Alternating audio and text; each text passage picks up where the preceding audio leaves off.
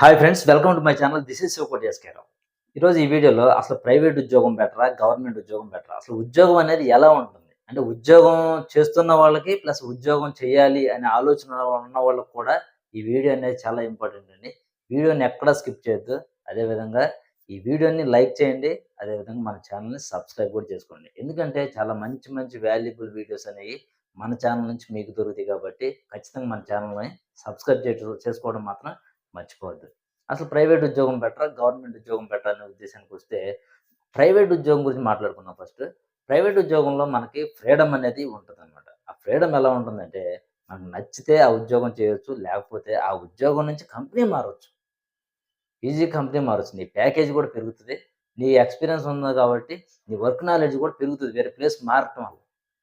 ఇది ప్రైవేట్ ఉద్యోగంలో.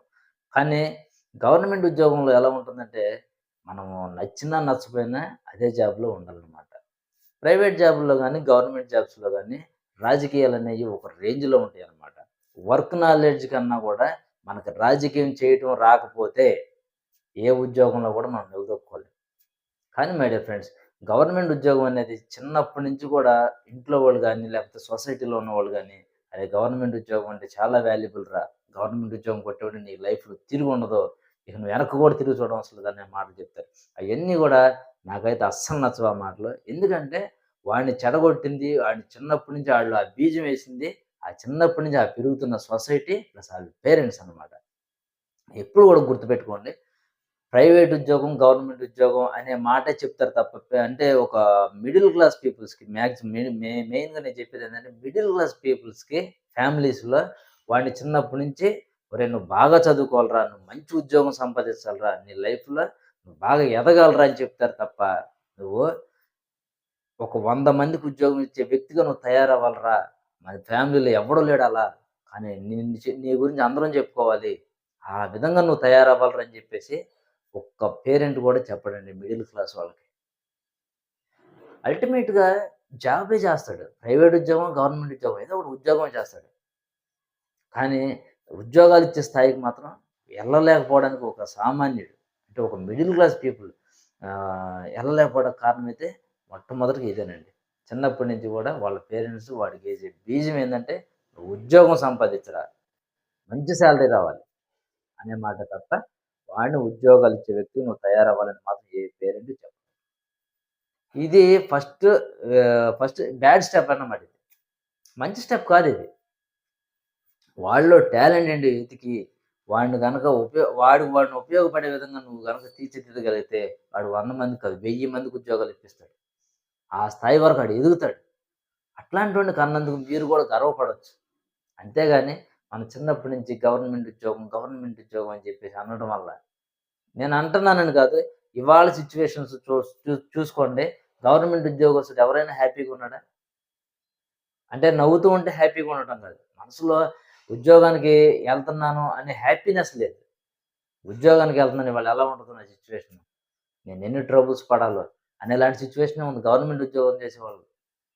కానీ ప్రైవేట్ ఉద్యోగం చేసే కాడ ఒక ఫ్రీడమ్ ఉంటది. రాజకీయాలు ఉంటాయి. ఒక ఫ్రీడమ్ ఉంటది. ఎట్లాగంటే మనకు నచ్చితేనే అక్కడ చేయొచ్చు. నచ్చకపోతే మనం మానేయొచ్చు. కానీ గవర్నమెంట్ ఉద్యోగం అట్లా మానలేం. ఎందుకంటే ముందు నిన్ను సొసైటీ బతకనివ్వదు మానేవా. మంచి ఉద్యోగం గవర్నమెంట్ ఉద్యోగం వదులుకున్నారు పిచ్చోడా. ఎవడికి దొరక్క అందరూ అల్లాడిపోతున్నారు గవర్నమెంట్ ఉద్యోగం. అలాంటి ఉద్యోగం వదులుకొని ఇవాళ ఇట్లా కూర్చున్నావు ఇంటి దగ్గర. వేస్ట్‌రా, అలాంటి గవర్నమెంట్ ఉద్యోగం ఎప్పుడు వదిలిపెట్టుకోకూడదు. నీ బ్యాడ్ లక్ అంటారు. అంతే తప్ప వాడిని ఒకేలేరా ఇప్పటిదాకా ఏది చేసింది అది చేసావు. ఇక్కడి నుంచి ఏదన్నా కొంచెం బెటర్ వర్క్ ఏదైనా చూసుకో. చూసుకొని అది బాగా చేసుకో.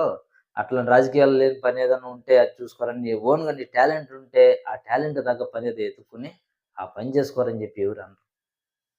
కాబట్టి మై డియర్ ఫ్రెండ్స్, గవర్నమెంట్ ఉద్యోగమైనా, ప్రైవేట్ ఉద్యోగమైనా 2 ఉద్యోగాల్లో గూడా విపరీతమైన రాజకీయాలుంటాయి. ఆ రాజకీయాలను తట్టుకొని నిలబడేవాడు మాత్రమే అక్కడ ప్రమోట్ అవుతాడు. వాడికి మాత్రమే మంచి లైఫ్ ఉంటది తప్ప ఎక్కడ ఉండదనమాట. ఎప్పుడైనా ఒకసారి గుర్తుపెట్టుకోండి. మనం మందలో ఉండిపోయామంటే ఎప్పుడుకి ఆ మందలోనే ఉండిపోతాం. 100లో ఒకడుగా ఉండండి. మందలో ఒకడుగా ఉండటం కన్నా కూడా 100లో ఒకడుగా ఉంటే నీకు 50వ ఏటన్నా గాని నీకు ఒక గుర్తింపొస్తది. ఆ గుర్తింపొచ్చిన రోజున నీకు కూడా ఆ లైఫ్ ఇప్పటిదాకా బ్రతికినందుకు సాటిస్ఫాక్షన్ ఉంటుంది. కానీ మనకి ఈ ఉద్యోగాలు చేస్తూ అదే జీవితాన్ని end of the day work చేసుకుంటూ ఉండి, ఎండ్ ఆఫ్ ద డేలో మళ్ళీ రిటైర్మెంట్ అయిన తర్వాత ఏం గుర్తు చేసుకుంటావు? నువ్వు హ్యాపీగా గుర్తు చేసుకోవడానికి ఏదైనా ఉందా? ఏది నచ్చదు. ఛ! ఇట్లాంటి పని చేశాను నేను. ఇట్లాంటి పనైతే మాత్రం మా పిల్లల్ని చేయనివ్వకూడదు, లేదా నా మనవళ్ళని చేయనివ్వకూడదనే ఆలోచన వచ్చినప్పుడు, అప్పుడు ఆళ్ళు కథలు చెప్తారు. ఆ కథలు ఆడు ఇనడు. అట్లా ఒక రకంగా చెప్పుకోవాలనుకుంటే లైఫ్ అంతా కూడా అయిపోయిన తర్వాత ఏదో మనం చెప్పాలి కాబట్టి అని కొన్ని కొన్ని చెప్తూ ఉంటాం. కానీ పిల్లలది వినరు. మీరు చేస్తేనే, మీరు చేసిందుంటేనే ఆళ్ళు నమ్ముతారు తప్ప, మీరు చేయకుండా ఆళ్ళు ఇలా చేస్తే బావుంటదని చెప్తే వాళ్ళు నమ్మరు.